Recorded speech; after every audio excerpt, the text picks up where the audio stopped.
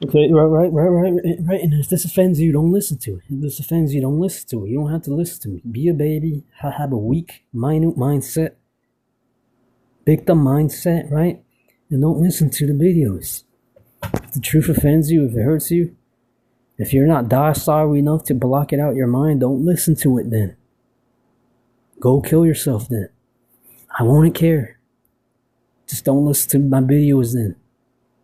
Build up a docile mindset, for you to listen to the truth and not get it. It's all you gotta do.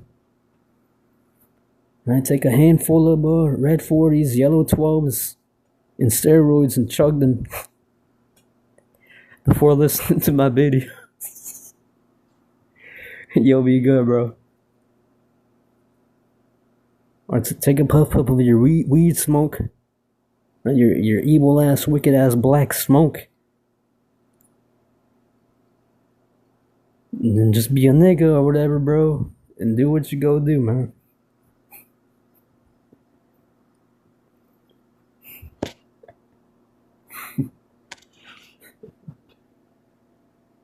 Like, yeah, we say that, bro, and I'm gonna keep saying it, bro. Like, things are gonna get worse. Next year is gonna be worse than this year. The year after that's gonna be worse than next year. If you're expecting it to get brand new, don't expect it. Yeah, keep coming out with videos speaking that, showing that. Yeah, it's not my fault. I just want to speak the truth and prophesy. Doesn't the Lord tell us to prophesy? By the scriptures? Yeah, he does. By the scriptures. By the scriptures. Lord has scriptures, we gotta use the scriptures, bro. What else can I do? As a prophet, a man of the Lord. Exactly. I'm doing my job as an ambassador of a Mashiach. How about some Shah? I'm just doing my job, right? Anyway, continuing on here.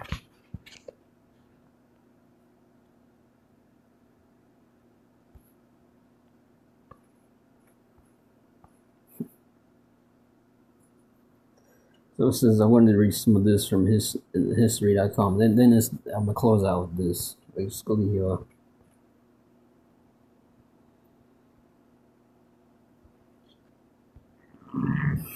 it's kind of slow.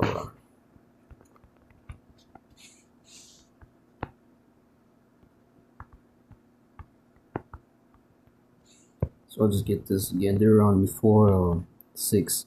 Keep therefore enduring for this year wisdom and your understanding in the sight of the nations, which shall hear all these statutes and say, surely this great nation is where our wise and understanding people kind of also going into not keeping other philosophies.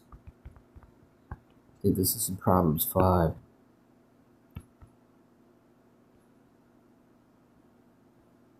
15. Drink waters out of thine own cistern, and running waters out of thine own well. Let thy fountains be dispersed abroad, and rivers of waters in the streets. Let them be only thine own, and not strangers with thee. Because if you drink out of another well, in the ancient world, you can drink out of another well in some other nation, and you may not know what they use that. What could they be using that well or water source for? So that's why it says, drink waters out of thine own cistern. And in some cases, in the ancient world, there could be a bucket of water laying there that someone might have used that to be dipping their nasty foot in there. And there, you don't want to just drink out of any old bucket of water you see. So it says, drink waters out of thine own cistern. Yeah.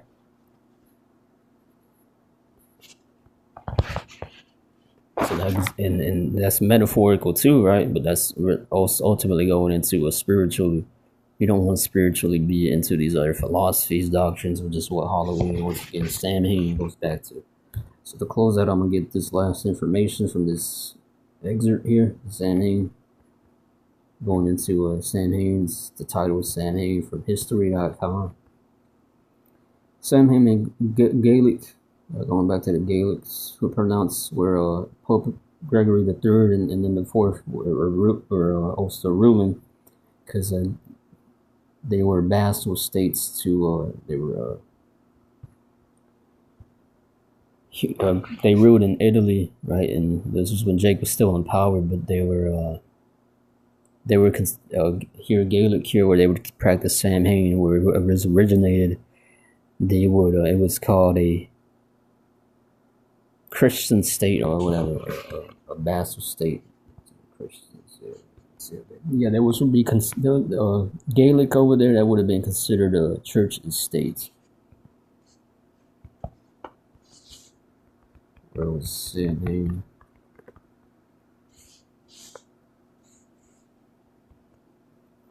Yeah, that would have been in Ireland, the United Kingdom, in northern France.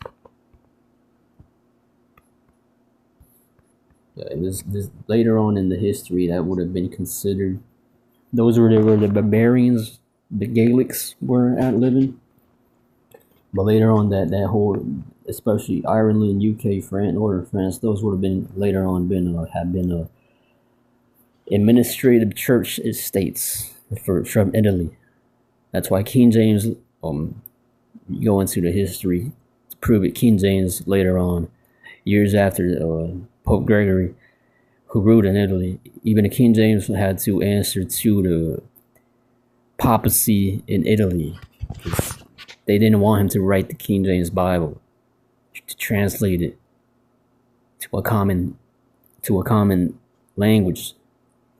Because by that point, Esau took over the papacy in Italy, and King James was against the papacy to a certain degree. He was going against them. Ultimately, he was ultimately not trying to have any smoke with them as far as a war, because he knew they would have taken his ass out. They had a stronger military. But as far as him translating the scriptures, he wasn't gonna go. He wasn't gonna allow him to tell him not to translate the scriptures.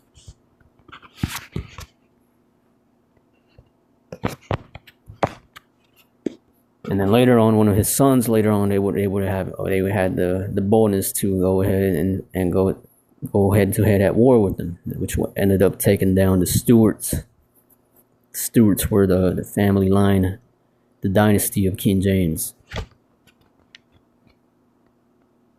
The House of the Stuarts was actually, that started with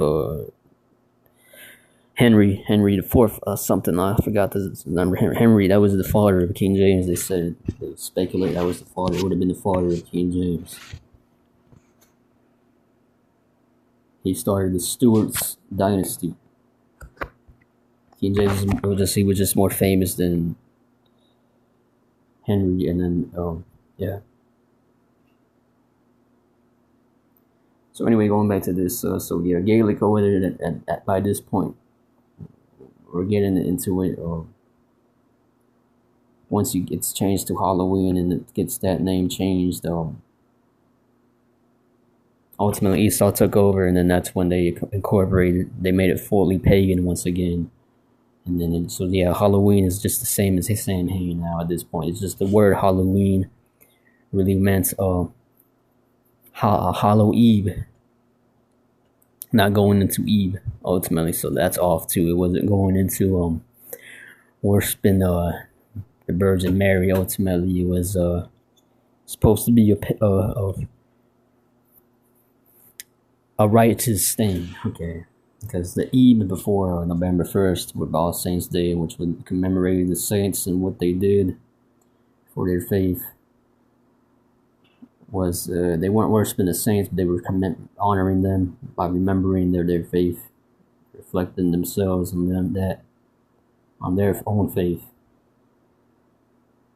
The day before All Saints Day, November 1st, was the day before that they would fast and meditate on that. I was October 31st, which is hence the name Halloween, the eve before All Saints Day. Samhain, Gaelic word pronounced Samhain. Samhain, or it's really how you say it. Samhain is a pagan religious festival originating from an ancient Celtic spiritual tradition. It is usually celebrated from October 31st to November 1st to welcome in the harvest and usher in the dark half of the year. Celebrants believe that the barriers between physical world and spirit world broke down during Samhain, allowing more interaction between humans and denizens of the other world. Ancient Celts marked Samhain as the most significant of the four quarterly fire festivals taking place at the midpoint between the fall equinox and the winter solstice. During this time of the year, earth fires and family homes were left to burn out while the harvest was gathered. After the harvest work was complete, celebrants joined the Druid priest to light a community fire using a wheel that would cause friction and spark flames. The wheel was considered a representation of the sun and used along with prayers. Cattle were sacrificed, and participants took a flame from the communal bonfire back to their home to relight the hearth. Early texts present Samhain or SamHein as a mandatory celebration lasting 3 days and 3 nights, where the community was required to show themselves to local kings or chieftains. Failure to participate was believed to result in punishment from the gods, usually illness or death. There was also a military aspect to SamHein in Ireland, with holidays thrones prepared for commanders of soldiers. Anyone who committed a crime or used their weapons during the celebration faced a death sentence. Some documents mention 6 days of drinking alcohol to excess, typically mead or beer, along with gluttonous feasts, Samhain monsters, because the Celts believed that the barrier between the world was breachable during Samhain. They prepared offerings that were left outside villages and fields for fairies and Suds. It was expected that ancestors might cross over during this time as well, and Celts would dress as animals or monsters so that fairies were not tempted to kidnap them. So I know earlier in one of the paragraphs it mentioned how they were send prayers. Okay, this was probably still during Gregory III's papacy. When you go into look up Gregory IV and what he did with SamHein or SamHein. He actually removed all the pagan shit from it and incorporated the 31st as a day of fasting, not to worship the saints, but to honor them by their acts that they did and what they did for the Lord with their faith. And then the next day would be All Saints Day, which was originally on May. He wanted to move it to November 1st to ultimately remove the paganism from these newer converts that he was trying to convert back into the Christianity at that time. So ultimately, when you hear it of Halloween being mixed with Christianism, it was actually they weren't being mixed. It was an attempt by this righteous man, Gregory IV, to ultimately remove all the paganism of Samhain, and replace it with an actual righteous holy day. Holy day, again, that goes back to holiday, which actually means holy day. Like the Passover, actual honorable days we were supposed to keep.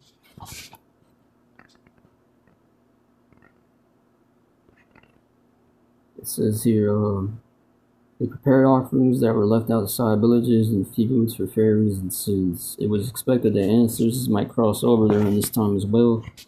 Yeah, like that right there. Pope Gregory IV would have abandoned that, not allowed that. And so to address as animals and monsters, so that it wasn't until he died that which especially the Borgias would have allowed them to keep the paganism.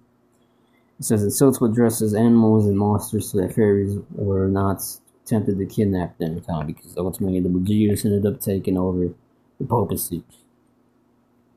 It says here, some specific monsters were associated with the mythology surrounding SamHein or SamHein, including a shape-shifting creature called a puka that receives harvest offerings for the field. The Lady Gwen is a headless woman dressed in white who chases night wanderers and was accompanied by a black pig. The Dolhan sometimes appeared as impish creatures, sometimes headless men or horses.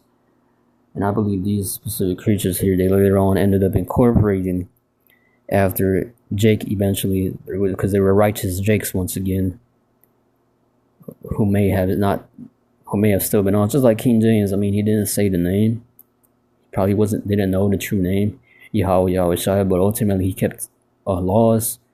Like he wasn't eating pork, I believe. Now it doesn't. I don't know anywhere that says he might have done that, but just off how his spirit was, and him knowing he was a Jacobite and knowing who Esau was. When you read into the intro of the King James, King 1611, he himself wrote one of the intros to it, and wrote how, and he clearly shows how he knew who Esau was there when you look into the intros, which I have it there highlighted in one of my original King 1611s.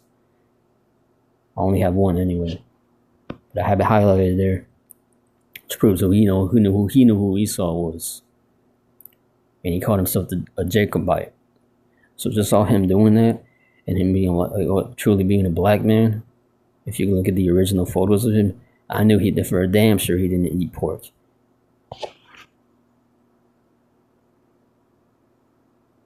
So even though he didn't say the true name, because ultimately it does say we would fall from our heritage, Jeremiah 17:4. You still had certain Israelites who were keeping certain laws and customs that were righteous. The Lord would have accepted as righteous. Just like over here in Americas, you had certain Israelites who were Aztecas who kept a certain holy day where they didn't eat where they would eat unlimited bread for a number of days. I think it was 14. Yeah, because it was still off. It was technically 7 days where you don't eat unlimited bread, but even better, 14 days. They did even better there, and they would do that. Oh yeah, because in that last clip, I remember them also saying that they mentioned the worship of serpents and how at that Mexico they were trying to link the Mexica with worshiping Quetzalcoatl and linking that to a serpent god, a false god, serpent god, one of those false serpent gods. But ultimately, that was going into Yahweh Shai. Quetzalcoatl was going into Yahweh Shai. So going back to the other video I was making about them trying to go too deep into things and trying to connect all these other gods and idols with the Freemasons, and them trying to ultimately to say that they were controlling everything from the beginning. No, that's not true. You're trying to go too deep there, bro. That's just like how they would probably more than likely agree that the Knights Templar today, which just took that name from the medieval Knights Templar, which is a huge ass gap in between them. It shows they have no corresponding connection to them whatsoever. The original Knights Templars, who originally came up with the name at first, they were righteous, holy monks. Now there were some of them that weren't as devout, and they might still ate pork. So going back to how they could have been sincere, but just going off certain things, so we would fall from our heritage, but they could have been sincere. I believe a lot of them were sincere. Just like how certain of them would call themselves eunuchs, and they might have been literal eunuchs.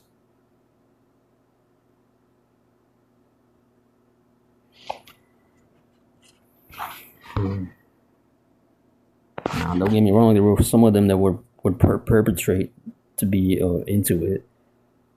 And when the time came for them to go and pray, they would do so just to look sincere. But they weren't really. There was a couple of them. There were jakes that weren't really truly believing in it, but were doing it because at the time that was the fashion. That was the belief that the king can put force upon the masses. Because whoever is in power can control what they believe in, what the masses of people shall deem trendy of the time. Of the fashion. For example, King David, when he was in power, he made it popular to worship the one true God, only God. That's why Lord chose him as his shepherd, compared to other kings like Ahab, who would have popularized the ways of Jeroboam, that brought back the calf worship. Hence, what I'm saying, those that are in power have control over what's the fashions and the trends of the that shall be brought upon the masses, which the scripture site mentioned that it's Iraq.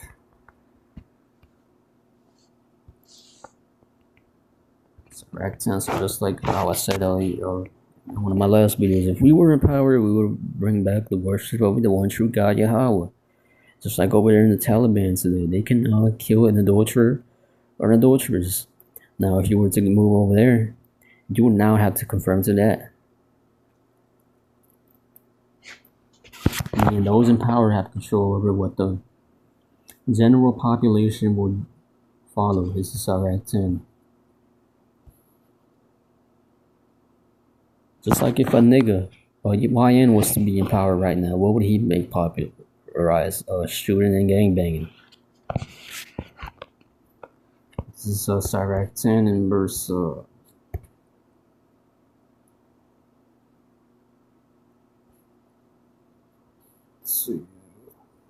As the people's judge, so the officials, as the head of the city, so the inhabitants. Yep. Let's get that in KJV. Ecclesiasticus 10 and verse 2. As the judge of the people is himself, so are his officers. In what manner of man the ruler of the city is, such as are they that dwell therein. So come on, just if a thief, so basically if a dishonest man screw you for money was to be in power, that's how most of his people would, that's what most of the rulers that would have power would also be. Which by automatically would make a huge influx of dishonest, unrighteous people, because now they would have an upper hand over the honest ones. It's not into that, to get more higher up. Hence your celebrities, and your crooked politicians. But if there was to be an honest king, a righteous king, that would want to be with dishonest gain and lies and manipulations and the idol worship, then you would have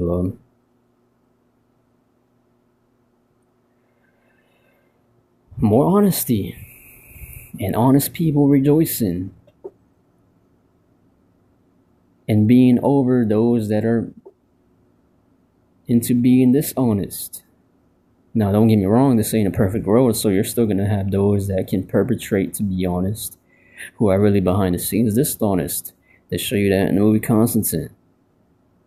Specifically the show Ottoman Rise of the Empires, the first season, where Mehmed is taking over Constantinople.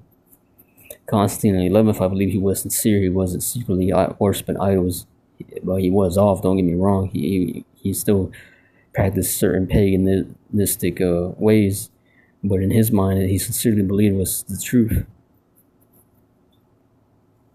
But he wasn't going as far as sacrifice and knowing that shit was off and sacrificing unto devils, knowing that was off. He wasn't doing as wicked as that, ignorant as far as being willfully ignorant as far as that goes. But among one of his right hand men, his closest confidants, he had one that was a greedy. They didn't give him any money. He was speaking to the enemy behind the scenes. Yeah, I believe you had that.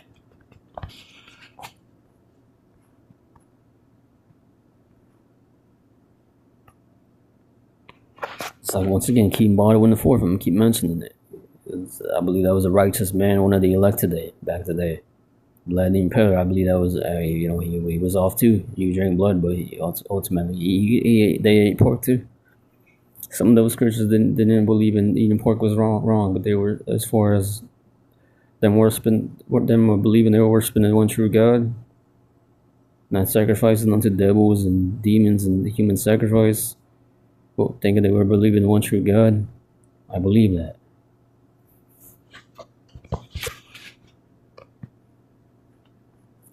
They also, one of the videos I saw, they also tried to link Vlad the Impaler to one of the modern day wicked elites today, named not Charlie Kirk. I'm talking about one of the princes of England today, Charles something, some shit of Wallachia or somewhere like over there.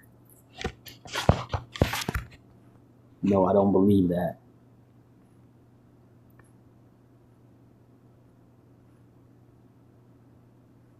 Jake is stupid and has to do more research and look into these things.